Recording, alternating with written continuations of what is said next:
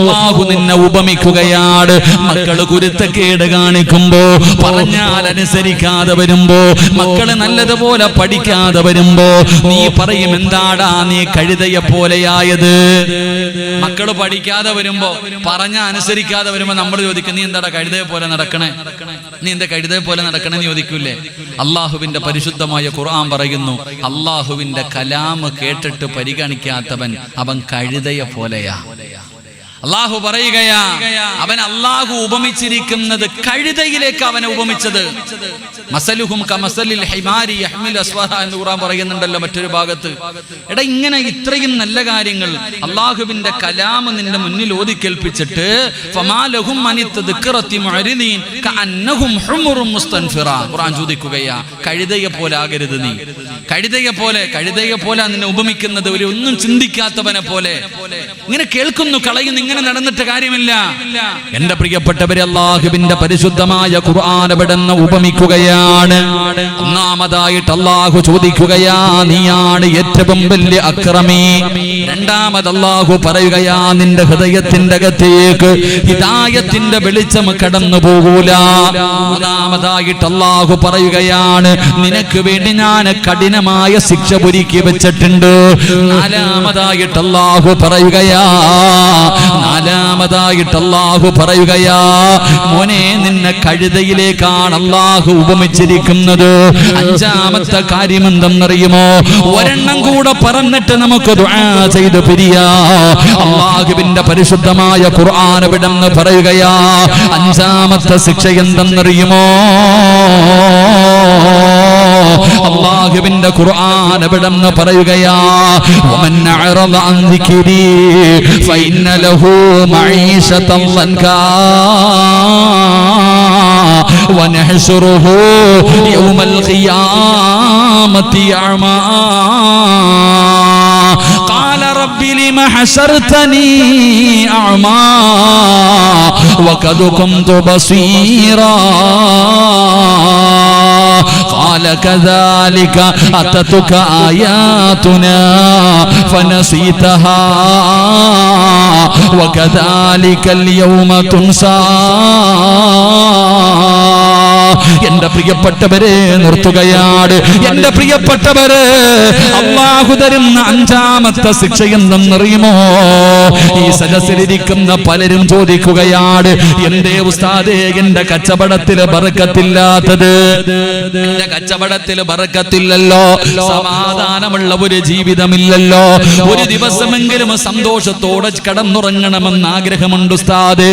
എന്റെ കടം മാറുന്നില്ലല്ലോ, എന്റെ രോഗം മാറുന്നില്ലല്ലോ, എന്റെ കണ്ണുനീര് മാറുന്നില്ലല്ലോ, എനിക്ക് മക്കളെ കിട്ടുന്നില്ലല്ലോ, ജീവിതം മടുത്തു ഉസ്താദേ. ഇതെന്തൊരു ജീവിതമാ, ഇതെന്തൊരു ജീവിതമാ, മരിച്ചാ മതിയെന്ന് തോന്നുന്നില്ലേ മനുഷ്യ? അതിന്റെ കാരണമെന്തെന്നറിയുമോ? അതിന്റെ കാരണമെന്തെന്നറിയോ? അല്ലാഹുവിന്റെ ഖുർആൻ പറയുകയാ, അല്ലാഹുവിന്റെ ഖുർആനിനെ അവഗണിക്കുന്നവനെ, നിന്റെ ദുനിയാവ് അല്ലാഹു ഇടുക്കമാക്കുമെന്ന് വിശുദ്ധ ഖുർആൻ. അല്ലാഹുവിന്റെ പരിശുദ്ധമായ ഖുർആൻ പറയുകയാ, സമാധാനമില്ല നമ്മളിൽ പലർക്കും. ഈ ഇരിക്കുന്ന 100ൽ ഒരു 95% പേർക്കും സമാധാനമില്ല. എന്റെ പ്രിയപ്പെട്ടവരെ, കാരണമെന്തേ? ബർക്കത്തില്ലടോ ജീവിതത്തിൽ. എത്ര സമ്പാദിച്ചിട്ടും തികയുന്നില്ല. ആവശ്യത്തിന് ഭക്ഷണം കഴിക്കുന്നുണ്ട്, വയറ് നിറയുന്നില്ല. കെട്ടിയ പെണ്ണ് വീടിനകത്ത് കിടക്കുന്നുണ്ട്, അവളുടെ കൂടെ കടന്നിട്ട് തൃപ്തിപ്പെടാൻ പറ്റുന്നില്ല. ലക്ഷങ്ങളും കോടികളും ചെലവഴിച്ചു വീട് വെച്ചിട്ടുണ്ട്, എന്തു പ്രയോജനം? സമാധാനമില്ല. ഉസ്താദ്, ഇത് എന്ത് ജീവിതമായി എന്ന് ചോദിക്കുന്നവർ, അള്ളാഹു നമുക്ക് ഈമാൻ നൽകുമാറാകട്ടെ. സമാധാനം കിട്ടാനുള്ള വഴികൾ ഖുർആൻ പറയുന്നുണ്ടല്ലോ. ഖുർആൻ പറയുന്നു സമാധാനം കിട്ടുന്ന വഴികൾ. ഒന്നാമത്തെ വഴി വീടെന്ന് പറഞ്ഞാൽ എന്താ? വീടെന്തിനാ നീ പണിതത്? അള്ളാഹുവിന്റെ വിശുദ്ധമായ ഖുർആൻ വീടിനെ കുറിച്ച് പറഞ്ഞത് എന്താ? നമ്മൾ വീട് പണിയുന്നുണ്ട്, ലക്ഷങ്ങൾ ചെലവഴിച്ച് വില കൂടിയ ഗ്രാനൈറ്റുകളും മാർബിളുകളും കൊണ്ടുവന്ന് വീട് പണിയുന്നല്ലോ. എന്തിനാ മോനെ? ചിലരുടെ ബെഡ്റൂമിന്റെ അകത്ത് കയറിപ്പോയാൽ 5 സ്റ്റാർ ഹോട്ടൽ പോലും തോറ്റുപോകും. അത്രയ്ക്ക് മനോഹരം. എവിടെല്ലാം AC വെക്കാൻ പറ്റും അവിടേക്ക് AC. എന്തൊക്കെ രീതിയിൽ അലങ്കരിച്ച് വീട് വെച്ചിരിക്കുന്നത്. സമാധാനം ഉണ്ടോ? ഇല്ല. വീടെന്ന് പറഞ്ഞാൽ എന്താ? വല്ലാഹു ജഅല ലക്കും മിൻ ബുയൂത്തിക്കും സകന. ഖുർആൻ പറയുന്നു, വീടെന്ന് പറഞ്ഞാൽ സമാധാനം തരുന്ന ഒരിടം. എന്നിട്ട് നിനക്ക് സമാധാനം ഉണ്ടോ? ഇല്ല. സമാധാനം കിട്ടാനുള്ള വഴി രണ്ട്. കല്യാണം കഴിച്ച സമാധാനം കിട്ടുമെന്ന് അല്ലാഹുവിന്റെ വിശുദ്ധ ഖുർആൻ. അല്ലാഹു ഈമാൻ നൽകുമാറാകട്ടെ. ഉറക്കപ്പറ, സമാധാനം കിട്ടാനുള്ള രണ്ടാമത്തെ വഴി എന്താ? സമാധാനം കിട്ടാനുള്ള രണ്ടാമത്തെ വഴി എന്താ? പെണ്ണ് കിട്ടിയാ മതി. അല്ലാഹു ഈമാൻ നൽകുമാറാകട്ടെ. സമാധാനം ഉണ്ടോ? എന്ന് പെണ്ണ് കെട്ടിയോ അന്നത്തോടു കൂടി പോയി ഉസ്താദേ. എന്ന് ഞാൻ കല്യാണം കഴിച്ചു അന്നത്തോടി താത്താമാര് പറയുന്നത് ഞാൻ എങ്ങനെ നടന്നതാ എൻ്റെ പൊന്നു സിറാജ്. ആ മനുഷ്യൻ വന്ന് എന്നെ കെട്ടിയോ അന്നത്തോടു കൂടി ഉള്ളതെല്ലാം പോയി. കല്യാണം കഴിച്ച സമാധാനം കിട്ടുമെന്ന് ഞാൻ പറഞ്ഞതല്ല, അള്ളാഹ് പറഞ്ഞതാ ഖുർആൻ. അള്ളാഹു നമുക്ക് ഈമാൻ നൽകുമാറാകട്ടെ. ജോളിയുടെ നാട് ഇവിടെ അടുത്തല്ലേ? ജോളിയുടെ നാട് ഇവിടെ അടുത്തല്ലേ? അള്ളാഹു നമ്മുടെ ഭാര്യമാരെ സ്വാലിഹത്തുകളാക്കി തരുമാറാകട്ടെ. ആമീൻ പറ. അള്ളാഹു നമ്മുടെ ഭാര്യമാരെ സ്വാലിഹത്തുകളാക്കി തരുമാറാകട്ടെ, നന്നാക്കി തരുമാറാകട്ടെ. ഓള് കണ്ടവൻ്റെ കൂടെ പോയി കടന്നാൽ കേസില്ല, ചോദിക്കാൻ പോയാൽ നീ അകത്ത്. ഇതാ നിയമം. അള്ളാഹു നമ്മുടെ ഭാര്യമാരെയൊക്കെ നന്നാക്കി തരുമാറാകട്ടെ, സ്വർഗത്തിലും ഭാര്യമാരാക്കി തരുമാറാകട്ടെ. ദുനിയാവിലെ ഭാര്യയെ സ്വർഗത്തിലും ഭാര്യയായിട്ട് കിട്ടണമെന്ന് ആഗ്രഹമുള്ള ഭർത്താക്കന്മാരൊക്കെ ഒന്ന് കൈവക്കിക്കേ. ഞാൻ നോക്കണില്ല, കാരണം സ്റ്റേജിൽ ഇരുന്ന് ആരും വെക്കില്ല. പലരും കൈ വെക്കണില്ല. ഉസ്താദന്മാരുടെ കാര്യം പോട്ടെ, അവരുടെ കാര്യം. പലരും കൈ വെക്കില്ല. എന്തെന്നറിയോ? ഇവള് സ്വർഗത്തിലുണ്ടോ ഉസ്താദേ? ഇവിടെ തന്നെ ഞാൻ സഹിക്കണത് എങ്ങനെയാണെന്ന് എനിക്കറിയാം. ഇവള് സ്വർഗത്തിലുണ്ടെങ്കിൽ ഞാൻ അങ്ങോട്ട് പോടില്ല എന്ന് പറയണേ. ഇതാണ് നമ്മുടെയൊക്കെ ജീവിതം. അള്ളാഹു നമ്മുടെ ഭാര്യമാരെയൊക്കെ നന്നാക്കി തരുമാറാകട്ടെ. സ്വർഗമൊന്നും അല്ലടോ, കുടുംബ ജീവിതമാണ് ഏറ്റവും വലിയ സ്വർഗം. ഏറ്റവും വലിയ, ഞാൻ ചോദിക്കുന്നത് ഏറ്റവും വലിയ സന്തോഷം എന്തെന്നറിയോ? നമ്മുടെയൊക്കെ ജീവിതത്തിലെ ഏറ്റവും വലിയ മോഹം സ്വർഗത്തിൽ പോകാനാണ്. അള്ളാഹു ഭാഗ്യം നൽകുമാറാകട്ടെ. എന്നാൽ സ്വർഗത്തിനെക്കാളും വലുതെന്തെങ്കിലും ഉണ്ടോ? സ്വർഗത്തിനെക്കാളും നിങ്ങൾ വിലയിരുത്ത്. ഞാനൊരു ചരിത്രം പറയാം. നമ്മുടെ പിതാവായ അബുൽ ബഷർ ആദം നബി അലിഹിസ്സലാം, ആദം നബി അലിഹിസ്സലാമിനെ അള്ളാഹു സൃഷ്ടിച്ചിട്ട് സ്വർഗത്തിൽ കയറ്റിവിട്ടു. ആദം നബിയെ സൃഷ്ടിച്ചിട്ട് അള്ളാഹു സ്വർഗത്തിന്റെ അകത്തേക്ക് കടത്തിവിട്ടു. ഖുർആൻ പറയുന്നില്ലേ ആദം നബി സ്വർഗത്തിലേക്ക് കടന്നുപോയ രംഗം? ആദം നബി ഇങ്ങനെ സ്വർഗത്തിലൂടെ നടക്കുകയാ. അള്ളാഹു ഇങ്ങനെ കണ്ട് പടച്ചവനെ, മൂന്നാർ വയനാട് ചുരം കയറി ഇറങ്ങാനില്ല, സ്വർഗത്തിലൂടെ ഇങ്ങനെ നടക്കുന്നുണ്ട് ആദം നബി. ആദം നബി ഇങ്ങനെ സ്വർഗത്തിലൂടെ നടന്ന് ഇങ്ങനെ പോകുമ്പോ അള്ളാഹു ഒരിക്കൽ ചോദിച്ചു, എന്തേ ആദവേ നിനക്കൊരു സന്തോഷമില്ലാത്ത? ഈ സ്വർഗത്തിൽ കൂടെ നടന്നിട്ട് നിനക്ക് എന്തേ ഒരു സന്തോഷമില്ലാത്ത? എന്താ നിനക്ക് പറ്റിയത്? എന്ത് പറ്റി നിന്റെ മുഖത്തൊരു പ്രയാസം പോലെ? ആദം നബി പറഞ്ഞ മറുപടി എന്തെന്നറിയോ? എന്തോ ഒരു കുറവുള്ളതുപോലെ, ഒറ്റയ്ക്ക് നടന്നിട്ടൊരു സുഖമില്ല അല്ലാ. ആ ചങ്ങാതി പറഞ്ഞു ആലോചിക്കുക. എടാ, സ്വർഗത്തിൽ കൂടെ നടക്കുന്ന ആദം നബി പറയുകയാ ഒറ്റയ്ക്ക് നടന്നിട്ടൊരു സുഖമില്ലെന്ന്. ഹവ്വാ റളിയല്ലാഹു തആല അൻഹയെ കൊടുത്തപ്പോൾ ആദം നബി പറഞ്ഞത് ഇപ്പോഴാണ് ജോറായെന്ന്. അല്ലാഹു ഈമാൻ നൽകുമാറാകട്ടെ. അതാടാ കുടുംബജീവിതം. അതാണ് കുടുംബജീവിതം. അതാ മനസ്സിലാക്കേണ്ടത്. കുടുംബജീവിതത്തിന്റെ വിലയും മഹത്വവും മനസ്സിലാക്കണമെങ്കിൽ ഈ ചരിത്രം പഠിച്ചാൽ മതി. അള്ളാഹു നമുക്ക് നല്ല ജീവിതം നൽകുമാറാകട്ടെ. 3 മക്കളുടെ മുഖത്ത് നോക്കിയ സമാധാനം കിട്ടും.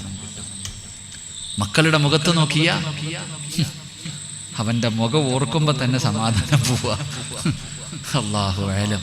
കുളിയില്ല, നനയില്ല, മുടിയും വെട്ടൂല്ല. അവന്റെ അവസ്ഥ കണ്ട ഏതെങ്കിലും അന്യവന്റെ മോനെ കണ്ട മോനെ എന്ന് പറഞ്ഞ് കളിപ്പിക്കും. സ്വന്തം മോനെ കണ്ട, കാരണം എന്തേ?